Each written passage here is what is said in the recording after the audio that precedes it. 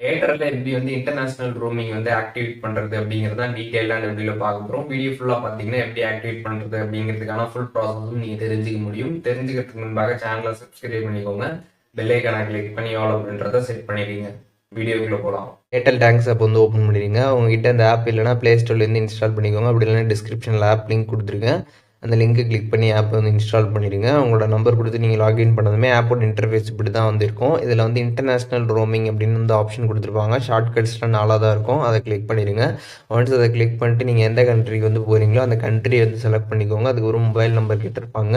So அது already அந்த இடத்துல என்டர் ஆகிருக்கும். மொபைல் நம்பர் எல்லாமே செக் பண்ணிக்கோங்க. செக் பண்ணிட்டு அதுக்கப்புறம் நீங்கள் வந்து கீழே ஸ்க்ரால் பண்ணி வந்தீங்கன்னா உங்களுக்கு பிளான்ஸ் எல்லாமே பார்த்தீங்கன்னா வந்து ஷோ ஆகும். ஸோ இதில் பார்த்தீங்கன்னா ஃபஸ்ட்டு வந்து 899க்கு ஒரு பிளான் வந்து கொடுத்துருப்பாங்க. ஸோ இந்த பிளானோட வேலிடிட்டி பார்த்தீங்கன்னா வந்து 10 டேஸு. டேட்டா பார்த்தீங்கன்னா வந்து 1 GB வந்து கொடுப்பாங்க.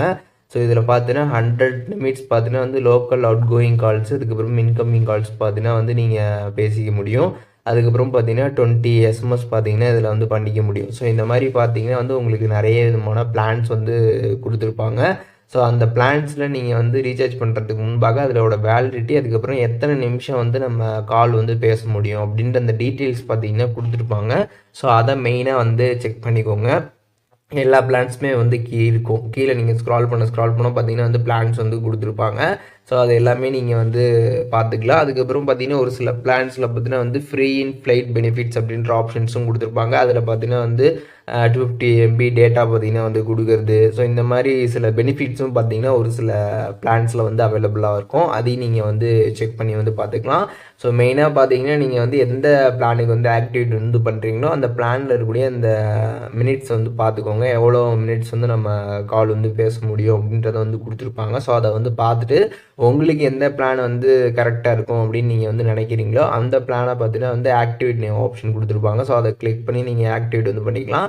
ஆக்டிவேட் வந்து பண்ணுறப்போ பார்த்தீங்கன்னா வந்து debit card, credit card, ATM card வச்சு நீங்கள் கூட ஆக்டிவேட் வந்து பண்ணிக்கலாம். அந்த நம்பர் நீங்கள் வந்து என்டர் பண்ணிட்டு அமௌண்ட் பே பண்ணி பண்ணலாம். அப்படி இல்லைனா நெட் பேங்கிங்கு, யூபிஐ, வேலெட் ஆப்ஷன்ஸ்லாம் வந்து கொடுத்துருப்பாங்க. ஸோ இதில் வந்து நீங்கள் பேமெண்ட் பண்ணுறதா இருந்தாலும் பேமெண்ட் பண்ணி பார்த்தீங்கன்னா நீங்கள் வந்து ஆக்டிவேட் வந்து பண்ணிக்கலாம். ஒன்ஸ் ஆக்டிவேட் வந்து பண்ணிட்டீங்கன்னா உங்களுக்கு இன்டர்நேஷ்னல் ரோமிங் பார்த்தீங்கன்னா வந்து ஏர்டெல்லில் வந்து ஆக்டிவேட் ஆகிடும். நீங்கள் வந்து கால் வந்து பேசிக்க முடியும். ஏர்டெல்லில் எப்படி வந்து இன்டர்நேஷ்னல் ரோமிங் வந்து ஆக்டிவேட் பண்ணுறது அப்படிங்கிறத டீட்டெயிலாக தெரிஞ்சுப்பீங்கன்னு நினைக்கிறேன். வீடியோ யூஸ்ஃபுல்லாக இருந்துச்சுன்னா லைக் பண்ணிடுங்க. எதுவும் டவுட் இருந்துச்சுன்னா கண்டிப்பாக கமெண்ட்ஸில் மென்ஷன் பண்ணுங்கள்.